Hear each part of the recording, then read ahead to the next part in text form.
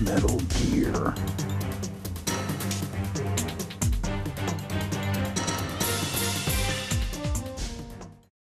Hey guys, Willy here. Finally back for another review. It's been a while since I've done a video. Been a bit busy with work and everything else. But I have waited a long time for this, and I think it's the perfect collectible to get back on the bandwagon and start making videos again. It is the Metal Gear Solid, Metal Gear Rex by ThreeA Collectables. So like I said, I've been waiting a fair while for this to come out. I remember seeing it advertised long ago when ThreeA were doing sneak peeks. Very little information came out about it, just basic stuff.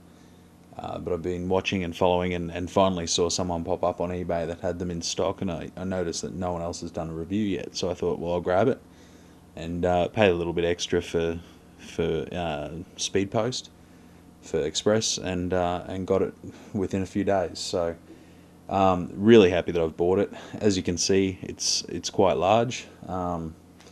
Just to show you, my hand, just fits there. The box is huge as well, so you will pay for postage on this one. As you can see, it's massive. I find the hardest thing about collecting collectibles is keeping all these boxes. Seems redundant, but obviously they lose their value if you don't do it. As far as it goes with size, the railgun up the top here measures 60 centimeters from front to rear. Height-wise, you've got some variable poses you can put him in, which I'll go into in a moment.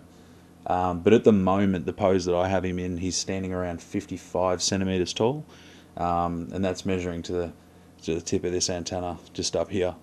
So about 50 centimeters if you exclude the antenna. So almost 2 feet tall, and he will go taller. The legs do extend out to add a bit of extra height.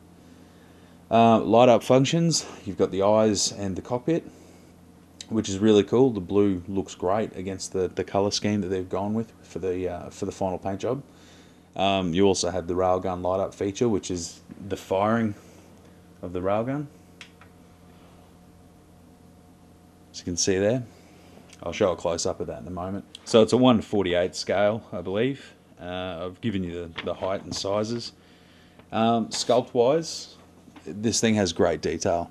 It looks fantastic. It really does look like Metal Gear Rex. Rex has always been a favourite of mine. The first Metal Gear Solid game was one of the first video games I really got hooked into and got passionate about. And ever since then I've been a massive fan of the series. So Rex is kind of iconic for that reason. And when they had him return in the fourth game, it was just absolutely brilliant to be able to pilot it. Sorry to anyone who hasn't played it yet, but if you haven't, you should. So yeah, detail is great. Sculpt, there's a lot of moving parts that probably are unnecessary, but they're there anyway. You've got the legs here will extend lengthways. The leg pivots at this point here, and also at the joint here. It also allows for an up and down pivot against the torso. These flaps on either side will move out and in. These little covers here, which I think are for the missile pods, will come off. There's also rows of them on the backpack, which I'll show later. The mouth will click closed and then will open. The cockpit cover will also lift up and reveal a bit of light. It kind of looks like the eyes when it's open. It's just got those blue slits, which when lit up looks really cool as well. As I said, the feet here extend. The claws, the locking mechanisms, they extend as well, and actually the points on those are sprung, so they've got a bit of give in them, but always seem to be touching the ground, which is a cool little feature. The neck for the head will go up and down. I don't believe that the head will swivel side to side. If it will, I certainly haven't done it. I'm finding it a little bit testy in terms of manipulation. It's been difficult to get to stand up in anything other than just a straight upright or sitting pose. So this pose I've got going on right now, it probably took me half an hour to get it to stay like that. The backpack works on a similar system to the neck, so it's got its own neck that allows it to move forward and back and tilt back and forwards. The radome has very little movement. It'll bend a little bit back and forward and up and down slightly. The railgun will move out and in, and also slightly down and up. There's certainly enough articulation to get it into any of the poses that you'd want from the movies, from the games. However, as I said, your problem you might face, and it could just be me, but getting it to stay upright without some sort of standing mechanism is really difficult. The back toes or shanks, whatever you want to call them, really don't add a lot of support. I love the paint job that they've done on this thing. It's a green camo with a light green and a dark green, two shade. A few yellow patches on there for, I guess, caution marks. And also lots of weathering. There's a lot of weathering detail all over this thing, which is really cool and I guess very fitting for what it is.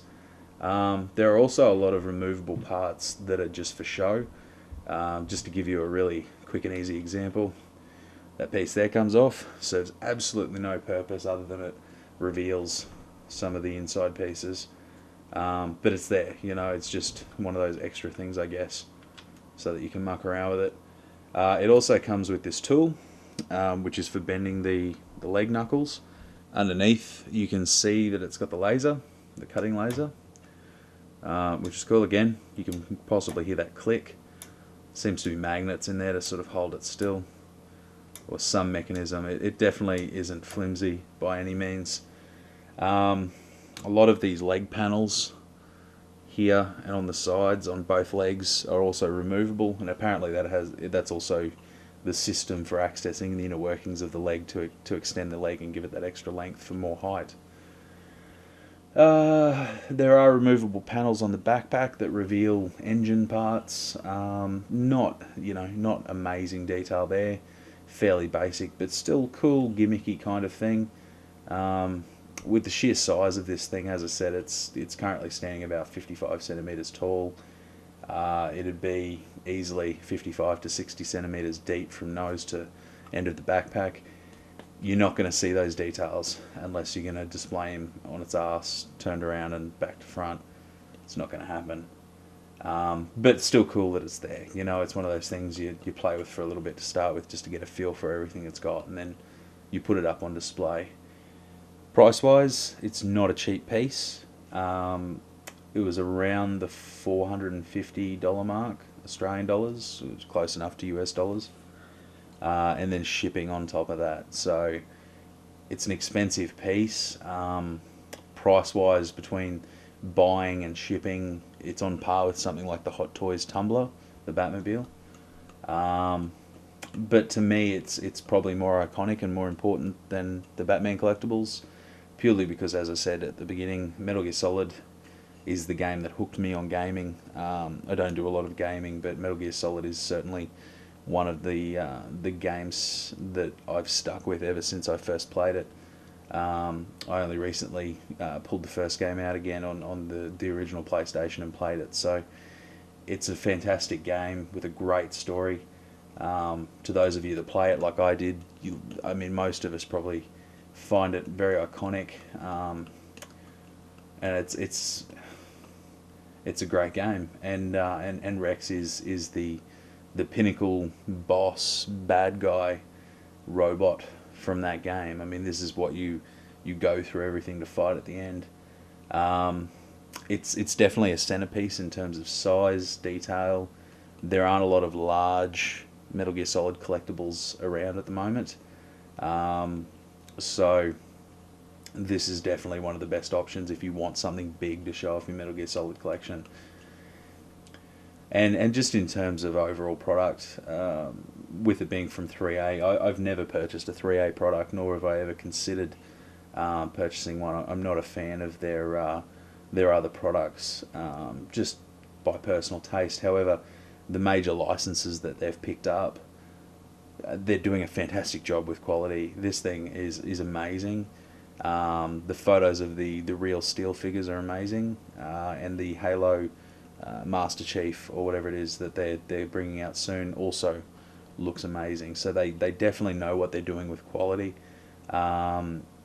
detail, and just getting the correct look straight up for these things. They've done a fantastic job, and I'm really glad that I purchased it. So if you're a Metal Gear Solid fan and you like like your ex, jump on one of these. I don't know what the numbers are as far as if it's limited edition, but definitely jump on one. It's something you'll never ever get rid of. I don't think it'll lose its value anyway, so you always have that option down the track if you look after it. But it's something you'll hang on to as long as Metal Gear Solid's iconic to you and an integral part of your gaming past. You will hang on to this piece.